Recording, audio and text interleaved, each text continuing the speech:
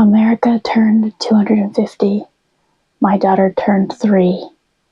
My sister turned possibly 32. I don't remember. And we got some good fantasy books. Hi, it's Emily from To Read Her Heart, and on this channel I talk about mostly fantasy books, sometimes sci-fi and historical fiction with little to no spice. Low spice meaning nothing beyond cracked door scenes of intimacy. So if that sounds like something you're interested in, I invite you to subscribe, stick around, and we'll have some fun together. So if you were following along, you know June was a poo-poo month for me. And the fact that July had so many good books, let's call it a comeback. So I only had one DNF, one book I didn't choose to rate, and I'll tell you why. But all the rest were at least 4 stars or higher. Quite the turnaround. So we'll start with the DNF. Stolen Midsummer Bride by Grayce. This is part of a series of standalones, and it's a collaboration effort by multiple authors. And it's about a fastidious, lonely Fey librarian who goes and steals a human bride so that she can fight alongside him during the Midsummer solstice or some kind of special event. The bride that he steals is actually a farmer named Mage, who comes along willingly because she wants to marry a rich Fey lord to help pay off her debts so she isn't sold into slavery. It's a novella, and it kind of fell victim to all the trappings of a typical novella. There wasn't enough time to develop the story or the characters. It felt a bit insta-love, and some of it didn't make sense to me. Lots of other people gave it 4 or 5 stars, the people I follow or are friends with. So I listened all the way up until the 80% mark with only an hour left, waiting for that 5-star feeling. It just didn't come, and I don't know if it was the narration or the story itself, but it was a bit goofy for me. I don't know. I guess I'm just used to Grayce's Elven Alliance series, which is one of the better series I've read recently. I didn't finish it yet, but what the point I got up to has all been pretty great. So this was a bit of a letdown.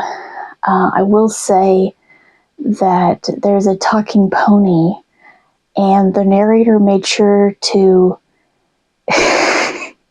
for the voice of the pony, she made sure to do the every so often when he talked. I thought that was kind of funny. Maybe that was part of the goofiness I was describing earlier.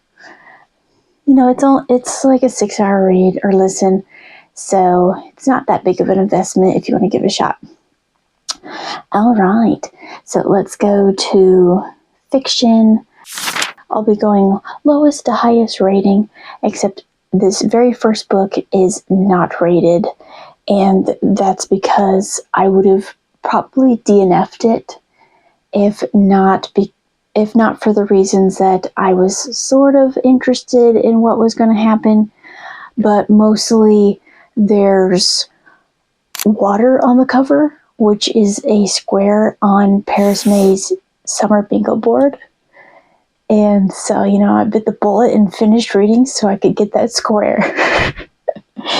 This book is book number 2 in the Soulmark Duology by J.J. Fischer. Title is Carver of Souls. I didn't rate it because I would have DNF'd it normally, and because of that, I didn't enjoy it that much, and it's not fair to the author that I forced myself to finish it, and I wouldn't want to inflict my low rating on her because of that. But just a refresher, Soulmark, which is book 1, After being condemned for an accidental killing, Sela is exiled to the prison island of Azazel, where those deemed soulless are sent to atone for others' sins.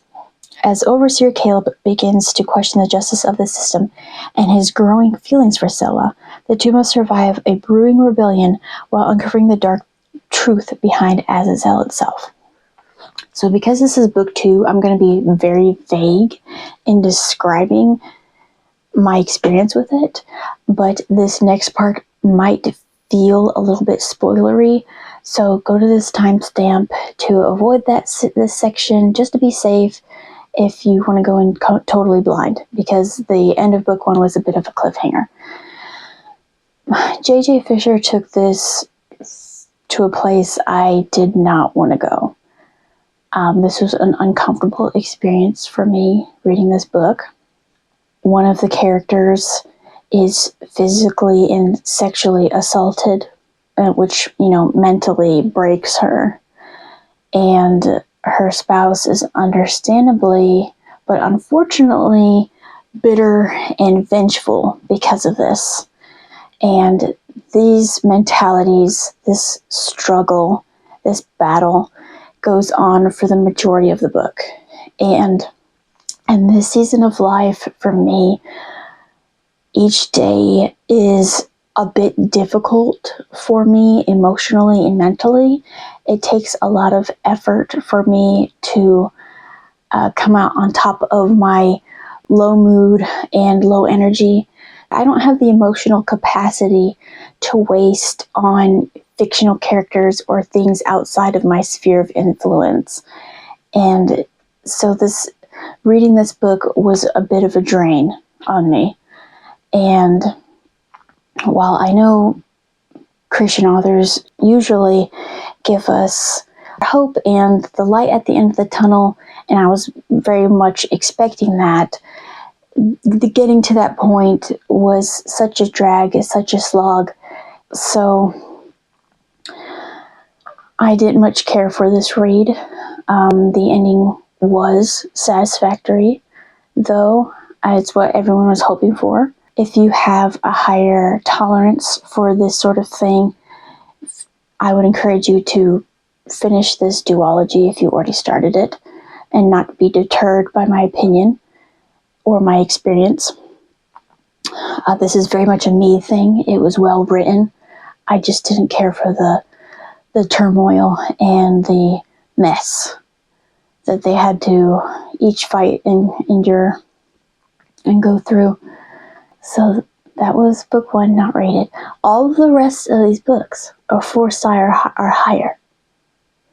Don't give up. Don't give up hope. And just a reminder, I put all of the content in my description. It's not extensive, but it's as much as I thought of when I was reading it. All right. So we've got book 2 and 3 of the Archmages of Lure. I finished the series. Oh man, it was a good ending. It wasn't a completely happy ending, so I didn't rate it as high as you might expect, but it was definitely a worthwhile read. So book 2, Stone Charmer by Jordan Rivet, I gave it 4.25 stars. And as a reminder, book 1 is called Curse Painter, and I gave that 4.5 stars. Briar, an artist whose curse paintings can destroy, flees her family's trade in hopes of using her magic for good instead.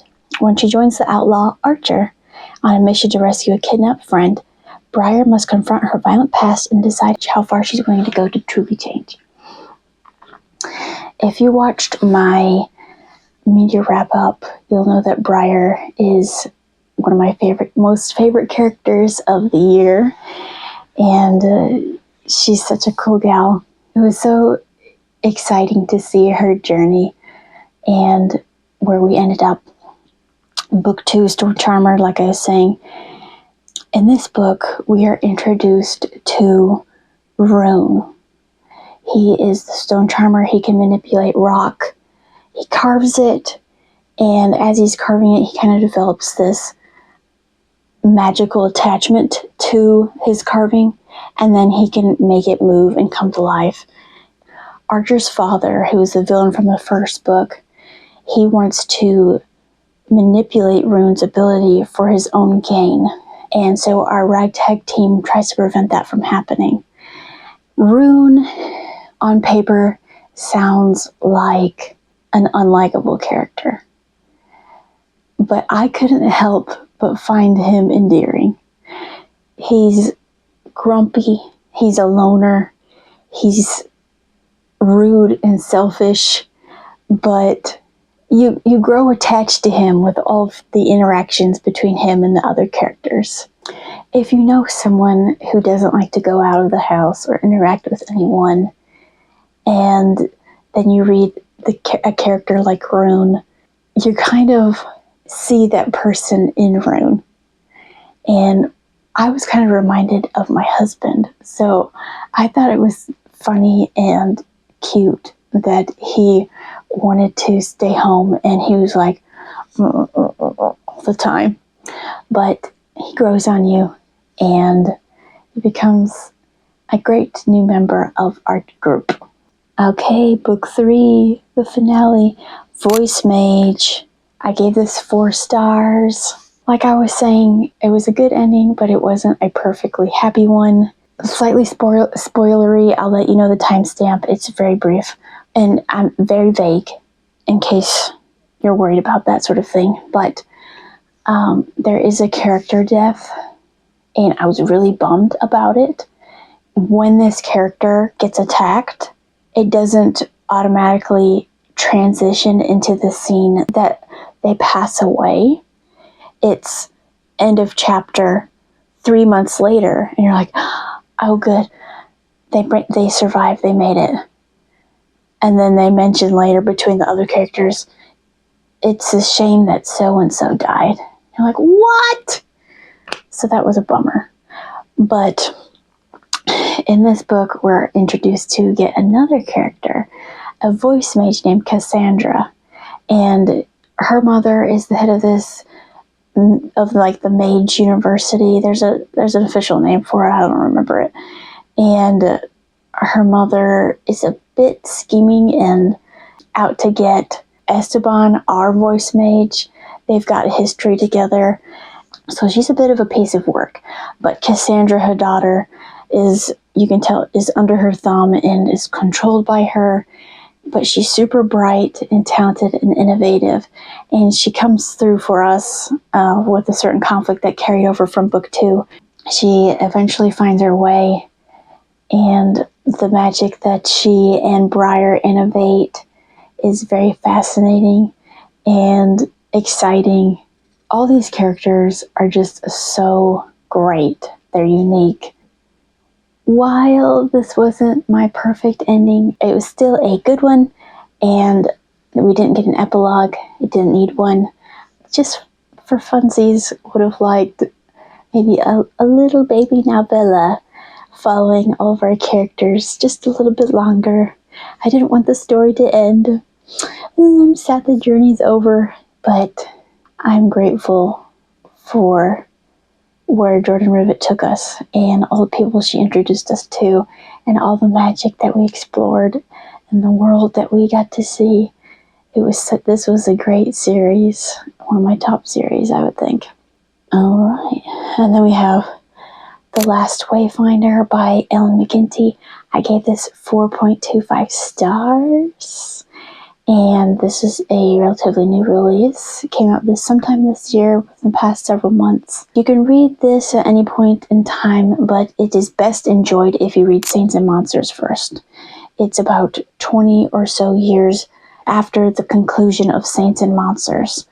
So, for the best reading experience, I would encourage you to read Saints and Monsters first. And I'm going to be vague enough that I won't give away any part of the ending for Saints and Monsters if you haven't read it yet. Born into a frozen prison colony, Kira unleashes forbidden magic to save her family, only to curse her sister into becoming a monster. Forced to ally with the relentless monster hunter, Captain Wren, she must uncover the truth behind her imprisonment and master her ancestors' magic to save both her sister and the world beyond the ice. I actually like this book a smidgen more than Saints and Monsters, and I really like Saints and Monsters. If we don't get a sequel to this book, especially with this semi-cliffhanger ending that Ellen did, I'm going to riot peacefully. No, I'm going to peacefully protest. Between the mystery behind Ren and his motivations and Kira's past and the budding romance and the sense of urgency to find a cure for her sister that was cursed, I wanted to read this book any chance I got.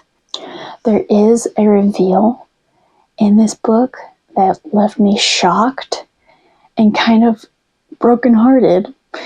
I won't go into details, but I was kind of like, oh, they're back. And then you realize all that's happened to them since the end of the last book. And you're like, wow, I thought they got their happy ending. Guess not. Maybe there's some kind of magical twist I can expect in the next book that'll repair my heart. Because it was kind of a sad reveal, considering all of the events that we read in the book up until then. It's definitely impactful in a good way, I would say. But for me, who wants perfectly sunshiny conclusion to stories and beyond, it was unfortunate. Ellen made sure to mix hope with sorrow, empowerment with futility enough that the overall message was a positive one. We always have a choice, and it doesn't have to be one that ends in despair and powerlessness. This next book is book 1 in the Grimnir Chronicles by Brady Hunsaker. It's called Depths of Vanalf, and I owe this read to Paris from Paris May Reads. She's pretty popular in this video. I didn't intend for it to be like that. It's just back to back. That's how it happened. And she gave this 5 stars. I gave it 4.25.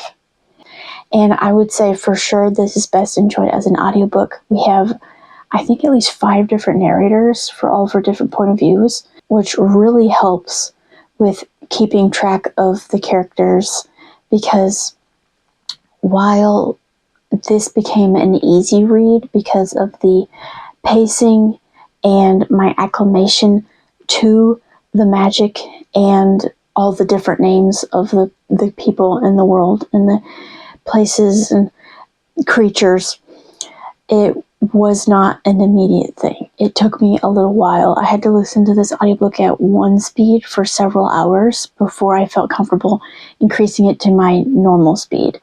I would consider this a good transitionary piece from beginner fantasy to intermediate fantasy, only because of all the different aspects to the story. There's a magical shield around the island that these people live on, and it's collapsing. So 2 characters who are students training to enter into this cave team up with 2 other characters to go into Vanalf to fight past all the monsters and get to the will that will imbue them with this power to protect their world. And so it's been compared, this title was compared to The Witcher, which I will likely never read or watch or play, and Dungeons & Dragons. I literally probably played Dungeons & Dragons 2 hours altogether in my whole life. So those weren't very good comp titles for me. But if you've played Skyrim and enjoyed it, or World of Warcraft, then this book might be up your alley. So Skyrim is set in this Nordic-inspired world, and we've got dragons and vampires and trolls. World of Warcraft, there you can play with other players and group together to fight this horde in a dungeon, and then you're rewarded with a bunch of prizes. So, I mean, if you live and you succeed in being a monster, that's what this book reminded me of. So if you like those games, then I think this will be a treat for you. Besides the performances of the voice actors, I really liked what the voice actors brought to each character, especially Bjorn. His accent's kind of thick, and the voice actor's narrator's voice is gravelly, and he's kind of this like stubborn, obstinate person. It just pairs so nicely. His perspective was my favorite, even though he's one of the secondary characters. You couldn't help but enjoy every perspective, but he was my favorite. What was really cool about this world was all of the different monsters and creatures. Everything you've ever read about in other books, it was in this world. And I want more interactions with these monsters and creatures. And there was even new creatures I've never even heard of that the author made up. So it just really built up this world into this giant collective of, imagination and wonder and adventure. I forgot to mention, but there's also elves and giants and gnomes. This was such a fast listen. The story just flowed seamlessly. There was a few things that kind of bugged me, but it's not that big of a deal. I just want you to be aware of it.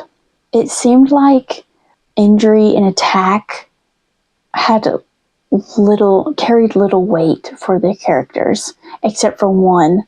One character is injured pretty grievously towards the end, and takes a while for him to heal. But up until that point, it was like, oh, I've been attacked with poison by this creature. Okay, let's keep going, everybody. And you're like, well, what about your injury? And then one character uses this magic that if you don't have experience with it, it could kill you. And she performs this mighty spell, and after she uses it, it makes her pass out. But like as soon as she wakes up, she does it again, and it's like no big deal.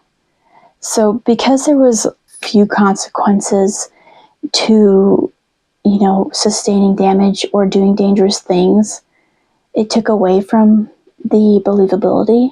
Not that these events are realistic or this setting or plot is something that you would see in real life, but I would expect things like mechanics of injury to carry over into fantasy worlds. So that was a bit bothersome. And then there was a few inconsistencies with magic and weapons. Not a big deal. It didn't take me out of the story that much. I just thought I'd point it out. Final read. This is part of the Stolen Brides of the Fae series that I was talking to you about with Tara Grayce's novel at the beginning that I DNF'd. This book, Stolen Mayfly Bride by Sarah K. L. Wilson, I gave 4.75 stars. This was stellar. I am so impressed with Wilson's writing. So while Tara Grayce's novella was about 7 hours, and I felt like we didn't have enough time to really get a proper story, this story, I listened to the audiobook. It was only about 3 hours. Despite that, and this cover, which is, while it's visually well done, it's a bit inaccurate. It contained a full story. We traveled through a century worth of events. Listening to it, you could have sworn you listened to a full-length book. It didn't miss anything. It was so well done. Oh, well, why don't I go ahead and tell you what it's about. Vidar seeks the imprisoned Mayfly seer, Elkanah, hoping her prophetic visions will help him survive the deadly schemes of his court. As their bond deepens, he must choose between continuing to use her gift for his own survival or risking everything to free her from the magical cage that holds her captive. This very much reminded me of Strange the Dreamer by Lonnie Taylor. The writing is not only there to entertain you, but it also feels like an art that you can appreciate. Both Lonnie Taylor's Strange the Dreamer and Still Mayfly Bride really touched on that style of writing. It's not too purpley that you're like, okay, wow, we've talked about this one leaf for 20 minutes. Can we move on? It's something that really draws you in, not only your attention, but your heart. I mean, it really captures and captivates you. And so, like Strange the Dreamer, the FMC Sarai, she has a special ability where she can enter people's dreams. And she does so every night by opening her mouth and all these moths coming from her mouth. And when they land on people, that's when she can enter and manipulate their dreams. Her and the main lead, Laszlo, that's how their bond grows, is through her entering his dream and getting to know each other that way, because there's no way for them to meet or communicate unless they do it through the dream, which is so much like Mayfly Bride. Elkanah, the seer, her people have put her in a cage, and she enters and exits this realm through the cage one night every year. And people petition her for visions of the future. And our male lead, Vidar, that's his first interaction with her, is with a group of people who travel to get her vision, because he needs a vision to help him with this issue in his court. He's abused and mistreated by the king of his court and is mercy to their whims.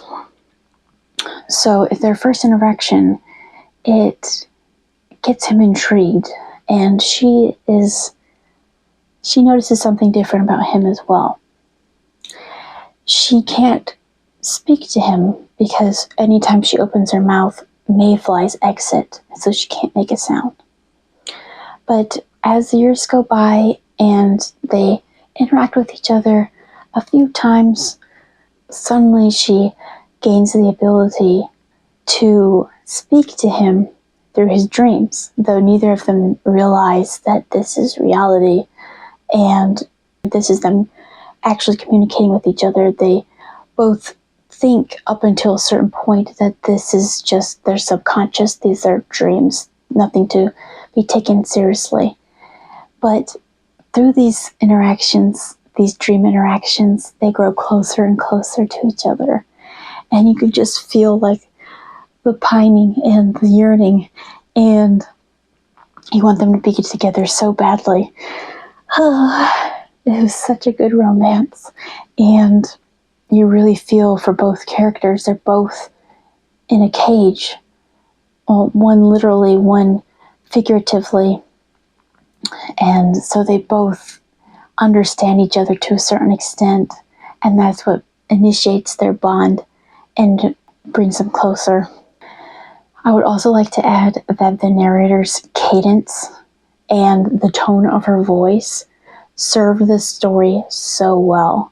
I would encourage you to give this book a go, not only because I consider it an excellent, near perfect listen and read, but because it's only a 3-hour investment.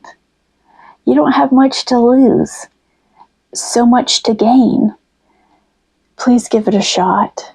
Like I said, the cover doesn't do it justice. So, never mind that unless you like it. Just focus on what I told you about it and and consider it for yourself. I don't think you'll regret it. All in all, a great reading month. So much better than June. So much better. It was incredibly nice having this month of good books. And what's best, or better yet, no spice. No spice. So, I'm curious, what are you reading now? How did you celebrate America's 250th birthday? How was your reading month of July? Let me know. Let's talk about it. Thank you so much for joining me. I hope you have a wonderful night. Bye.